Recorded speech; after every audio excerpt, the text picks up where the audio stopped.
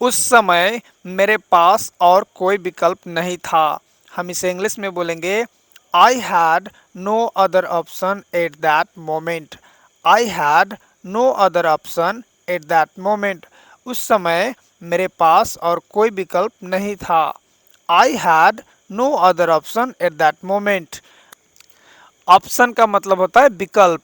Eight that moment मतलब उस समय या उस वक्त।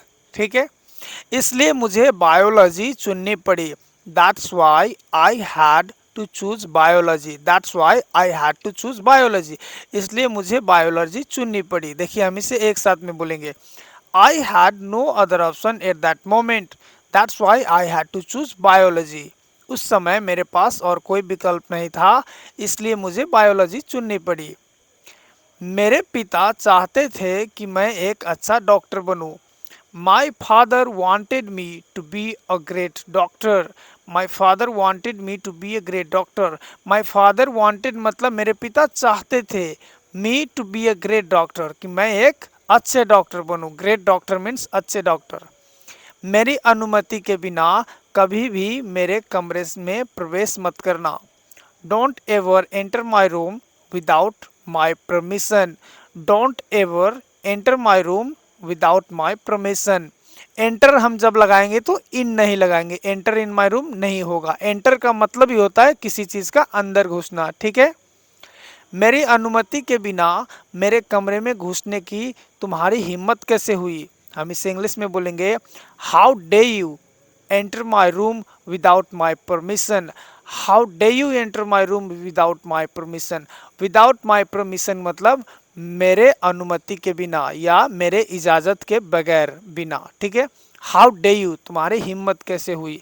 How day you enter my room without my permission. तुम्हारी हिम्मत कैसे हुई मेरे रूम में मेरे अनुमति के बिना घुसने की। और कितना इम्तहान लोगे मेरा। How much more will you test me. How much more will you test me. और कितना इम्तहान लोगे मेरा। हाउ मच मोर का मतलब होता है और कितना। विल यू टेस्ट मी मतलब आप कितना और मुझे जांचोगे परखोगे, है ना। टेस्ट लोगे, मेरा इम्तहान लोगे। तुम सच में इस इनाम के हकदार हो। You really deserve this award. You really deserve this award. तुम सच में इस इनाम के हकदार हो। You really deserve this award. Deserve का मतलब होता है किसी भी चीज का लायक होना या किसी चीज का हकदार होना। तुम मुझ पर गुस्सा क्यों हो रहे हो। Why are you getting angry at me. Why are you getting angry at me. तुम मुझ पर गुस्सा क्यों हो रहे हो। या why are you getting angry with me भी आप बोल सकते हैं, मुझसे आप गुस्सा क्यों हो रहे हैं। Why are you getting angry with me या एट मी। वह पिछले एक साल से मेरे पीछे है। He has been after me for last 1 year. मतलब वो पिछले एक साल से मेरे पीछे पड़े हैं। ठीक है, he has been after me for last 1 year. मैं थोड़ा हिंदी में गलत हो गया राइटिंग, प्लीज़ माफ़ कीजिए। He has been after me for last 1 year. वह पिछले एक साल से मेरे पीछे पड़े हैं। ठीक है, मैं जहाँ भी जाता हूँ वह पीछा करता है। Wherever I go, he follows. Wherever I go, he follows. Wherever I go मतलब मैं जहाँ भी जाता हूँ, he follows वह पीछा करता है। He wherever I go, he follows. मैं जहाँ भी जाता हूँ वह पीछा करता है। Wherever का मतलब होता है जहाँ भी। ठीक है, जहाँ भी। Wherever कहीं भी या जहाँ भी। Anywhere का मतलब होता है कहीं भी, सॉरी। मैं उसे सिर्फ एक बार मिला हूँ। I have met her only once. I have met her only once. मैं सिर्फ उसे एक बार मिला हूँ। आई हैव मेट हर मतलब मैं उसे मिला हूँ। ओनली वंस मतलब सिर्फ एक बार। ओनली वंस सिर्फ एक बार। मैं उसे एक बार पहले मिल चुका हूँ। I have met her once before. I have met her once before. I have met her मतलब मैं उसे मिल चुका हूँ। वंस बिफोर मतलब पहले एक बार। ठीक है, पहले एक बार मिल चुका हूँ। ओनली वंस मतलब सिर्फ एक बार। वंस बिफोर मतलब पहले एक बार। I have met her once before मैं उसे एक बार पहले मिल चुका हूँ। वह तुमसे ज्यादा खूबसूरत है। She is more beautiful then you. She is more beautiful then you. वह तुमसे ज्यादा खूबसूरत है। फ्रेंड, वीडियो पसंद आ रहा है तो प्लीज वीडियो को लाइक कर दीजिए और चैनल को सब्सक्राइब कर लीजिए।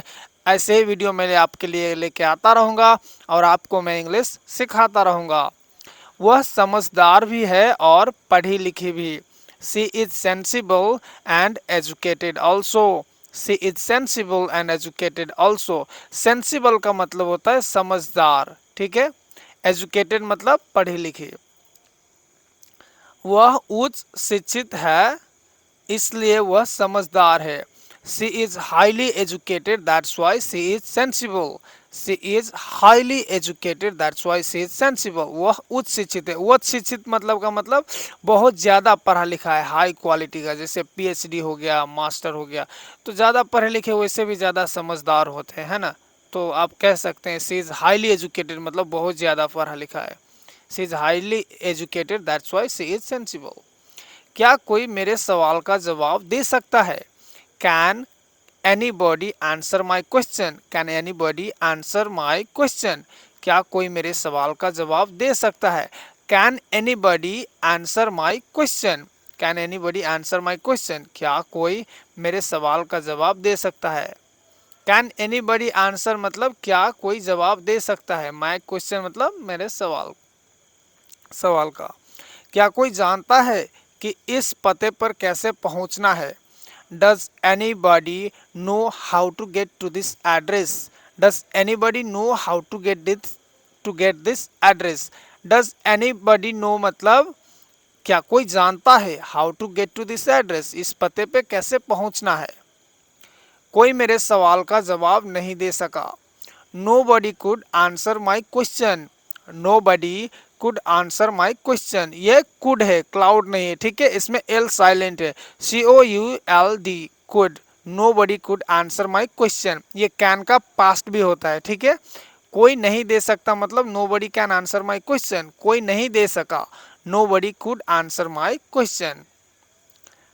आपके जीवन में क्या चल रहा है इससे मेरा कोई लेना देना नहीं है।